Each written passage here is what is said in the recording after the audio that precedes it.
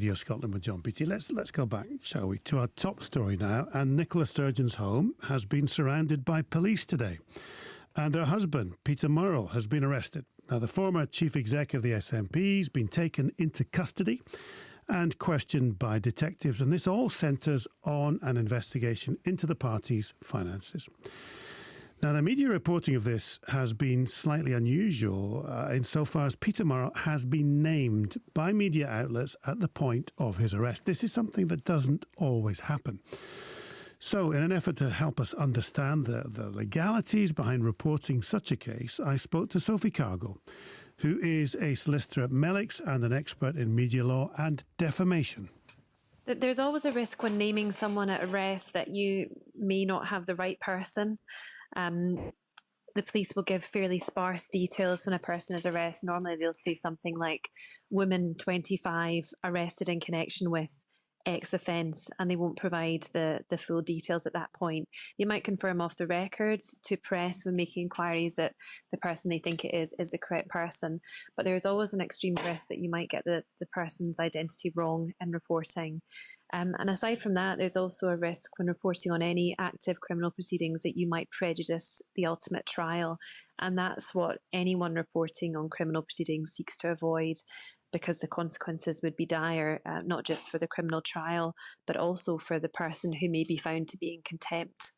Yeah, that's the issue with reporting this. So the audience, maybe quite rightly thinks you can say anything you want and ask any question when these things are happening. But just explain to the audience contempt of court to the listeners when it comes to broadcasters, broadsheets, and even social media. Just explain contempt of court.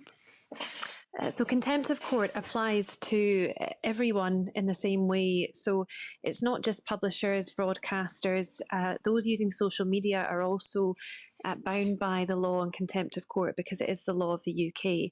And essentially what the law says is that nothing can be published either by, again, a broadsheet newspaper or online and social media accounts, which would prejudice the trial of an accused person. And effectively what that means is that nothing which would risk the trial or risk the accused person being, stated to be guilty before they're found guilty by a jury should be published. And there are a number of things which would cause that risk and which should never be published. For example, suggestions that a person is guilty, reference to previous convictions, or references to bad character of an accused person.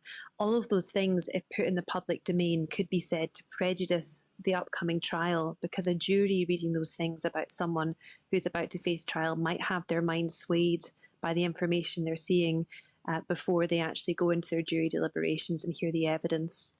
Yeah, because if, let's say, John Beattie's arrested and the presenter says, well, the clearly guilty John Beattie's been arrested, that means, for John Beattie's point of view, it might not be a fair trial. And the police have said this matter is active for the purposes of the Contempt of Court Act 1981, and the public are therefore advised to exercise caution if discussing this on social media. So in terms of our audience and discussing this on social media, what should they know? I think the audience should simply be careful about what they're saying on social media. And if, for example, they're minded to tweet about this, they should be careful not to suggest guilt, not to add their own spin on things by referencing things that they may know about an accused person, references to their character, etc., which might be said to impact negatively on the accused person. And it is difficult because I think social media users think, well, that doesn't really apply to me. That's really something for newspapers and broadcasters to consider rather than me. And I can say anything I want online. But when it comes to contempt, your audience does have to bear in mind that the law does apply to them too. And great care should be taken to ensure that they're not saying anything which might prejudice an upcoming trial. So whoever you are, just be careful. Even on social media, yes. Facebook, Twitter, Instagram, don't say stuff that can get you into trouble, that could prejudice the case. Absolutely. And it's not just a monetary punishment. There can also be a punishment of imprisonment for up to 2 years. Now, that's rarely handed out. And in fact, it's really even threatened. But it's something that you should bear in mind, that if a contempt is particularly bad, it may be that could be the punishment facing anyone that's found guilty of it. Sophie Cargill from Melix. Let's bring our political correspondent Andrew Kerr back in. Thanks for coming in. Any updates? John, just in the short term, nothing so far, but this has indeed been a very significant story. First breaking officially from a Police Scotland press release at 09:29 this morning. But neighbours had obviously seen all the activity at the house, and in fact I heard a Labour councillor had been out leafleting very early this morning in the area and saw the activity at the Murrell Sturgeon house. Have you been getting reaction from other parties? What have they been saying? Yes, just firstly, I spoke to the First Minister this morning in Glasgow. He said it was a challenging and difficult time for the party. Now, Douglas Ross, the Scottish Conservative leader, is on a visit to Shetland today, and he was saying it was crucial those at the top of the SNP cooperate fully with the investigation. I caught up with Anna Sawar from Labour in Glasgow as well. He was speaking just near where Humza Yousaf was carrying out his visit in the Gorbals. He said there were huge questions to answer for Nicola Sturgeon and Humza Yousaf about what they knew and when. And Alex Salmond, the former SNP leader and First Minister, said he couldn't comment on the specifics, but he said he was very sad about what was happening to the SNP as a former leader, and the cause of independence has never been stronger. When we look at resignations and we look at elections and we look at arrests, has this raised questions about the timeline of events in the past months? Well, John, it's a question I put to Humza Yousaf. Was this the real reason Nicola Sturgeon resigned?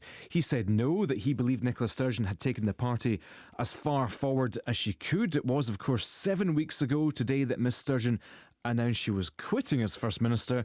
And, of course, just 1 week since Humza Yousaf was sworn in as the new First Minister at the Court of Session.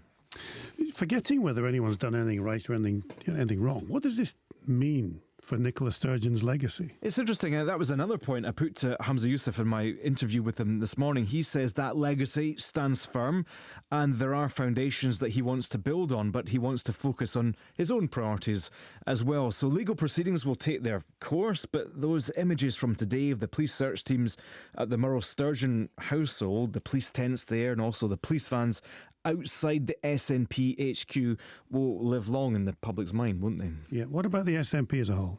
Well, Mr Yousaf actually said there would be concern from the public as they heard this news, and this comes just at the start of his time as First Minister. He's been doing the rounds of media interviews this week, and no leader wants to be answering questions like this just a week into office. He was actually at a health centre in the Gorbals to speak about the Scottish Health Service. Now, he's made it clear that the party has now agreed to carry out a review of governance and transparency.